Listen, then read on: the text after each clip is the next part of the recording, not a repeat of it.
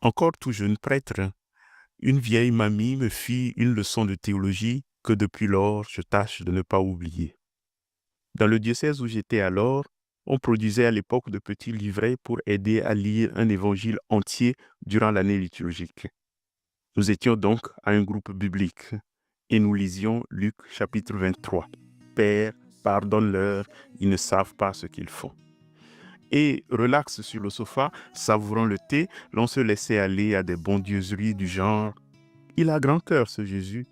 Où trouve-t-il la force de pardonner encore pendant qu'il est sur la croix? Bla, bla, bla. Et la vieille, tranquille, ramena les discoureurs que nous étions à l'ordre. Moi, dit-elle, je pense au contraire que Jésus à ce moment-là n'a plus la force de pardonner. Et il ne pardonne d'ailleurs pas, mais il s'adresse au Père pour que le Père s'en charge à sa place. Un peu de silence et une petite gorgée de thé plus tard, on se rend compte que la vieille a raison. Je ne cesse de rendre grâce à Dieu de m'avoir fait rencontrer cette vieille dame et pour m'avoir appris à travers elle à faire un peu plus attention au texte et un peu moins à ce que je pense. Je ne sais pas si je lui rends assez honneur depuis lors, mais j'en parle bien sûr aujourd'hui, vous comprendrez plus tard, à cause de l'évangile de ce dimanche que voici. Luc chapitre 6, versets 27 à 38. En ce temps-là, Jésus déclarait à ses disciples, « Je vous le dis, à vous qui m'écoutez, aimez vos ennemis, faites du bien à ceux qui vous haïssent, souhaitez du bien à ceux qui vous maudissent, priez pour ceux qui vous calomnient. À celui qui te frappe sur une joue, présente l'autre joue. À celui qui te prend ton manteau, ne refuse pas ta tunique. Donne à quiconque te demande, et à qui prend ton bien, ne le réclame pas. Ce que vous voulez que les autres fassent pour vous, faites-le aussi pour eux. Si vous aimez ceux qui vous aiment, quelle reconnaissance méritez-vous? Même les pécheurs aiment ceux qui les aiment. Si vous faites du bien à ceux qui vous en font, quelle reconnaissance méritez-vous? Même les pécheurs en font autant. Si vous prêtez à ceux dont vous espérez recevoir en retour, quelle reconnaissance méritez-vous? Même les pécheurs prêtent aux pécheurs pour qu'on leur rende l'équivalent. Au contraire, aimez vos ennemis, faites du bien et prêtez sans rien espérer en retour. Alors, votre récompense sera grande, et vous serez les fils du Très-Haut, car lui, il est bon pour les ingrats et les méchants. Soyez miséricordieux comme votre Père est miséricordieux. Ne jugez pas, et vous ne serez pas jugés. Ne condamnez pas, et vous ne serez pas condamnés. Pardonnez, et vous serez pardonnés. Donnez, et l'on vous donnera. C'est une mesure bien pleine, tassée, secouée, débordante, qui sera versée dans le pan de votre vêtement. Car la mesure dont vous vous servez pour les autres servira de mesure aussi pour vous. Avant de commencer, je signale qu'il y a une petite annonce concernant le temps de carême qui sera à la fin de cette méditation. Mais revenons à l'évangile. Il y a, je pense, deux types de chrétiens. Ceux qui n'ont pas d'ennemis, parce que vous voyez Dieu est amour et que si vous êtes n'importe quoi, peu importe, ce qui souvent veut dire on s'en fout. Et ceux qui, au contraire, voient des ennemis partout, qui connaissent le diable sous toutes les coutures et reconnaissent toutes ces métamorphoses humaines et qui sont dans une guerre sans fin, qui invoquent le sang de Jésus pour casser la gueule de leurs ennemis à longueur de journée. Quand Jésus invite à aimer l'ennemi, ces deux types de chrétiens pensent que le jour où il disait ça, il était peut-être un peu fatigué et qu'il n'avait pas les idées en place. Car les premiers ne peuvent pas aimer l'ennemi, ils n'en ont simplement pas. Les seconds non plus, ils sont débordés par le nombre d'ennemis pour être capables de les aimer. Mais revenons à certaines évidences de base. Le Christ avait lui-même des ennemis. Même s'il a été abandonné par ses amis, il n'est pas mort dans leurs mains, mais dans celles scabreuses de ses ennemis qui l'ont cloué à la croix. Il faut donc se demander d'où vient cette idée largement répandue que le chrétien doit être l'ami de tous les hommes et qu'il ne doit avoir aucun ennemi. Nous serions chrétiens ou non, croyants ou non, des enfants de Dieu. Oui, et je souscris à 100% à toutes ces convictions. Mais là où je ne suis plus du tout convaincu, c'est lorsqu'on fait semblant de croire contre toute évidence que les enfants d'un même père ne se battent jamais entre eux. Bien sûr que les enfants d'un même père se battent, se déchirent, se tuent et se réconcilient et recommencent la bêtise. Regardez Caïn et Abel, Isaac et Ismaël, Ésaü et Jacob, Joseph et ses frères, et on pourrait multiplier les exemples. Alors, les chrétiens qui veulent être toujours et partout en paix avec tout le monde, qui veulent donner l'impression de n'avoir aucun ennemi, de ne souffrir aucune adversité, je ne sais pas comment ils font. Peut-être que nous essayons ainsi d'être plus parfaits que le Christ lui-même, puisque lui-même avait des ennemis. C'est pourquoi il me semble que la première, la plus grande, la plus extraordinaire des bonnes nouvelles de l'évangile de ce dimanche, c'est de nous autoriser à avoir des ennemis. Ceux qui voient des ennemis partout se disent « Oui, il a raison ». Et ceux qui n'en ont pas disent « Mais qu'est-ce qu'il raconte ?» Pour moi, ça devrait être pour nous tous un soulagement de s'entendre dire cela. D'entendre Jésus dire, non pas « N'ayez pas d'ennemis », mais bien clairement « Aimez vos ennemis » et d'en conclure que le minimum pour commencer à les aimer, c'est d'abord d'en avoir, ou au moins d'envisager la possibilité d'en avoir. Celui qui n'a pas d'ennemis, celui-là ne peut simplement pas l'aimer. Il n'est évidemment pas question d'aller chercher des ennemis, d'en trouver 2 ou 3 à garder au chaud pour s'entraîner à les aimer et être sûr ainsi de pratiquer les vertus chrétiennes. Je ne dis pas ça et la question n'est pas là. La question est tout autre. Il s'agit tout simplement de comprendre ceci. Il se peut que notre fidélité au Christ, ou parfois même notre infidélité, nous attire plutôt de l'adversité que les acclamations de la foule. Donc, des ennemis surgiront un jour que nous le veuillons ou non. Bref, du point de vue de l'Évangile, avoir des ennemis, ce n'est pas bien grave. C'est ce qu'on fait de son ennemi, c'est là que l'Évangile tranche par sa singularité. Donc la question est, que faire avec l'ennemi, que faire de son ennemi? Le monde nous dit qu'il faut les combattre à armes égales. S'il te prend une dent, arrache-lui une dent. Liberté, égalité, tant pis pour la fraternité. Nous avons tous des ennemis, des chrétiens comme les autres, et ce n'est pas là le problème. Le problème est dans la manière dont nous les traitons. Par la violence dans un cas, par l'amour dans l'autre cas. Aimez vos ennemis, répète Jésus par 2 fois dans l'évangile de ce dimanche. On pourrait dire qu'il s'agit là d'un commandement qui manque de réalisme et qu'il vaut mieux retourner à la bonne vieille loi du talion dont personne ne s'est jamais en réalité débarrassé et à crever un œil à celui qui vous en a crevé un, à manger le plat très froid de la vengeance à bonnes dents. Et moi, je vous dis, aimez vos ennemis, faites du bien à ceux qui vous haïssent, souhaitez du bien à ceux qui vous maudissent, priez pour ceux qui vous calomnient. À celui qui te frappe sur une joue, présente l'autre joue. À celui qui te prend ton manteau, ne refuse pas ta tunique. Donne à quiconque te demande et à qui prend ton bien, ne le réclame pas. Avouez qu'on sort de cet évangile en préférant la bonne vieille tactique du monde.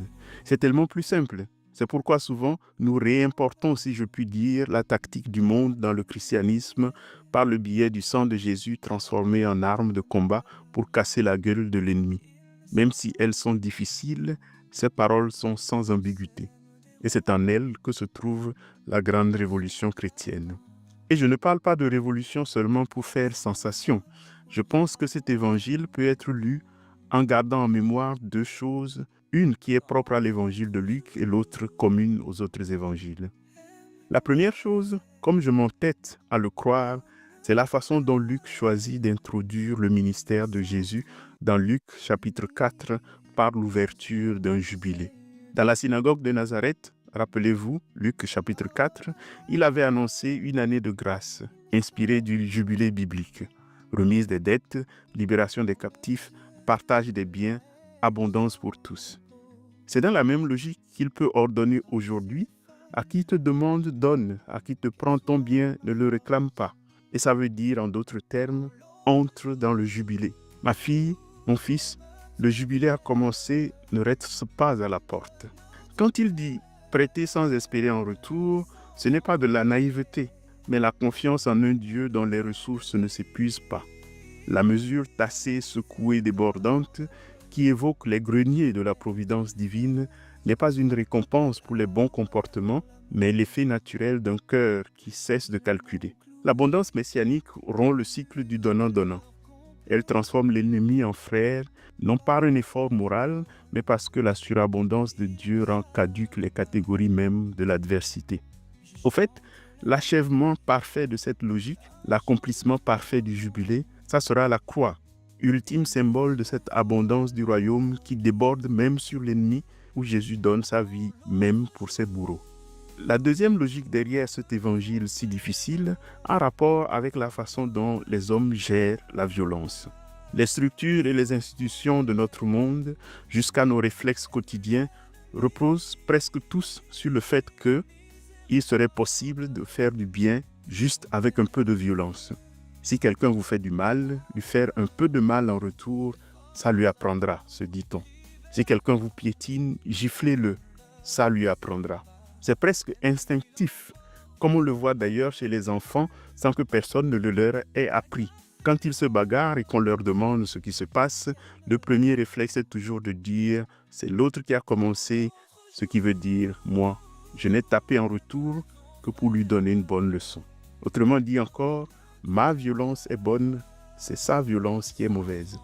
Mais ce n'est pas seulement dans la vie personnelle, c'est surtout dans la vie sociale et politique que ce réflexe est plus souvent ancré.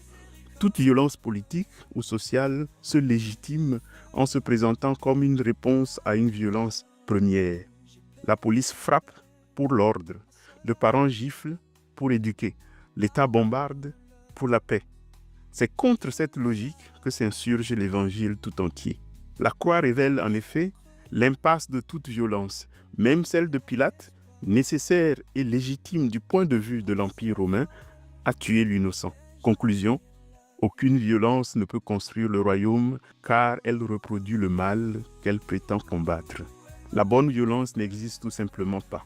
Une gifle juste reste une gifle. Une gifle bien méritée reste une gifle. Une gifle, même pour corriger, augmente le nombre de gifles dans le monde. Elle ne le diminue pas. Et elle peut même en entraîner une autre et le cycle continue.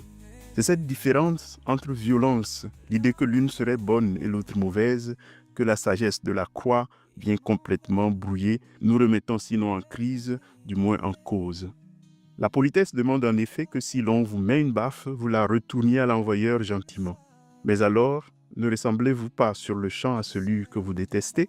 Ne ressemblez-vous pas sur le champ à votre ennemi? Les païens eux-mêmes n'en font-ils pas autant? Toi, si on te frappe sur une joue, refuse déjà de riposter. Mais tends aussi l'autre joue et montre à celui qui croit que la vie n'est longue que de 1000 pas qu'il y en a 2000, et même plus à celui qui croit que tout se résume à des tuniques, qu'il existe aussi des manteaux. À entendre Jésus, la seule riposte chrétienne est donc le surplus justement du jubilé. Donner, pardonner, aimer au-delà du raisonnable. Bref, c'est embrasser la croix. Et on ne peut embrasser la croix que librement. Ça ne se commande pas. C'est pourquoi tendre l'autre joue, donner son manteau, prier pour ses bourreaux, ces gestes ne sont pas des défaites, ils ne sont même pas des commandements, ils sont des appels à des actes de liberté. Et c'est parce que la croix ne se commande pas qu'il faut mettre un bémol ou deux. C'est parce que la croix ne se commande pas que Jésus lui-même met un bémol ou deux dans l'évangile de ce dimanche, mais aussi ailleurs dans l'évangile. Jésus le commandera par exemple plus tard à ses disciples, s'ils sont rejetés d'une ville où ils entrent, de s'en aller en secouant la poussière de leurs sandales. J'interprète ça comme suit. Si tu tends la deuxième joue et qu'on te frappe encore sur celle-là, il faut trouver ton chemin, puisque tu n'es pas censé avoir une troisième joue à tendre. Il faut secouer la poussière de ta joue et partir. Le Dieu qui a voulu que tu tendes la deuxième joue, c'est lui qui t'a aussi créé en sorte que tu n'en aies que deux. Mais partir ne veut pas dire que l'histoire est finie. Et c'est ici qu'entre peut-être en jeu la prière. Priez pour ceux qui vous persécutent. Celui qui vous persécute, qui vous a giflé sur une joue, puis sur l'autre, bref, celui qui vous a fait comprendre sans ambiguïté qu'il est votre ennemi, il ne sert à rien de rester devant lui à chanter « Je n'ai pas d'ennemi parce que je suis enfant de Dieu », ni à lui tendre une troisième joue que vous n'avez de toutes les façons pas, mais vous pouvez encore prier pour lui. C'est la charité des charités, c'est la dernière des charités, celle qui vient lorsqu'on n'a plus de force. Prier pour son ennemi, c'est dire à Dieu, Seigneur, c'est un con. J'ai tout essayé, je n'en peux plus. Mais je pense qu'il a besoin d'aide et que toi, tu peux toujours faire quelque chose pour lui. Toi, tu peux réussir là où j'ai échoué.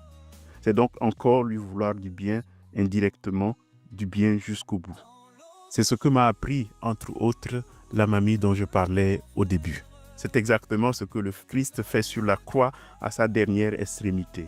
Il ne dit pas « Mes bourreaux, je vous pardonne parce que je suis gentil ».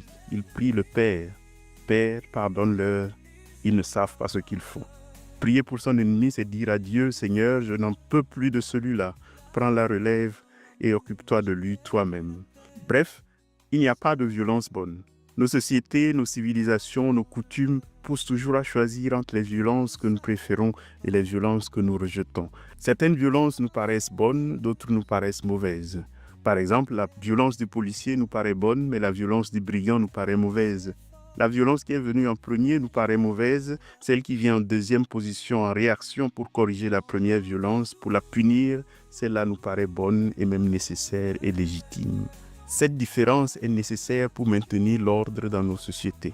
Mais Jésus nous montre qu'elle a aussi ses limites. Il nous ouvre les yeux sur le simple fait qu'une violence est une violence, qu'elle n'arrange rien sinon d'ajouter la violence à la violence, et donc que si nous pouvons contribuer à la réduire, ne serait-ce qu'un tout petit peu, nous sommes donc les vrais fils de notre Père qui est dans les cieux. N'ayons pas peur d'avoir des ennemis, ayons peur de la façon dont nous les traitons. Cessons dans nos têtes de vouloir être une église qui s'attend toujours à être applaudie, qui veut faire consensus, mettre tout le monde d'accord. Le nouveau monde que le sermon sur la montagne ou le sermon dans la plaine chez Luc ouvre devant nous n'est pas plan-plan. Il est beau à envisager, mais terrifiant. Il a la croix plantée en son milieu. Avouons-le, nous n'en avons pas la force sans Dieu. Une force qui nous invite à puiser à chaque Eucharistie, où à chaque fois, nous le contemplons qui se livre à la mort pour nous qui ne le méritons pas, où nous le contemplons qui prend la deuxième gifle à notre place, alors que nous la mériterions bien. Bref, si nous voulons vivre cet évangile, allons à la messe. Et voici l'annonce concernant le carême. Certains d'entre vous sont habitués à lire de petites méditations quotidiennes que j'écris. Ce projet avait commencé en 2021 et les méditations étaient à l'époque beaucoup plus longues. Cette année, j'ai décidé de reprendre ces anciennes méditations, mais sous forme audio et vidéo, qui seront publiées non pas tous les jours, ça demanderait trop de travail, mais un jour sur 2. Ça sera des capsules de 5 minutes ou plus qui seront publiées les lundis, les mercredis et les vendredis, qui s'appellent, je trouve le nom trop stylé, un mot à la fois. Restez donc à l'écoute. Et en attendant le début du carême, à dimanche. L'ennemi me cerne, je saigne debout. Pardonne-leur, ils ne savent pas. Dans leurs yeux, la haine sans repos. Ta grâce est folle, qu'elle soit ma force. Dans l'autre jour, aime ton frère, donne ton cœur et sans trembler. Aime l'ennemi, aie miséricorde, remets du feu là où meurt l'amour. Ils m'ont cloué au mur de leur complot. Pardonne-leur, ils ne savent pas. Je chante la nuit un chant de pardon, et mes yeux voient l'aurore qui vient. Dans l'autre jour,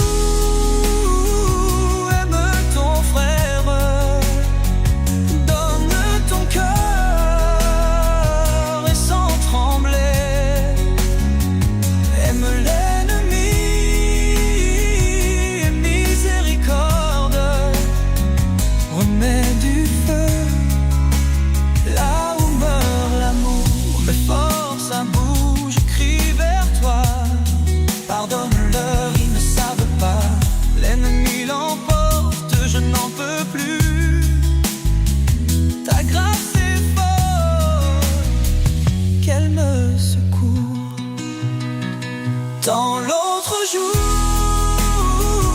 aime ton frère, donne ton cœur et sans trembler. Aime l'ennemi, aie miséricorde, remets du feu là où meurt l'amour. J'ai perdu la paix, ma seule âme. Pardonne-le.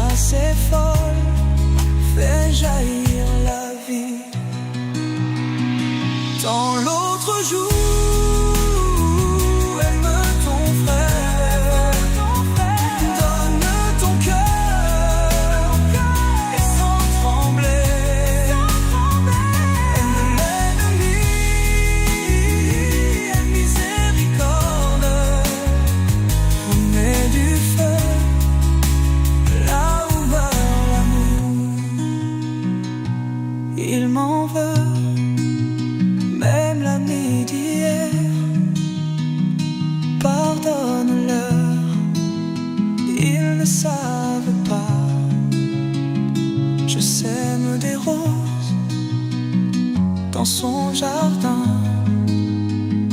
Ta grâce folle ouvrira mon tombeau.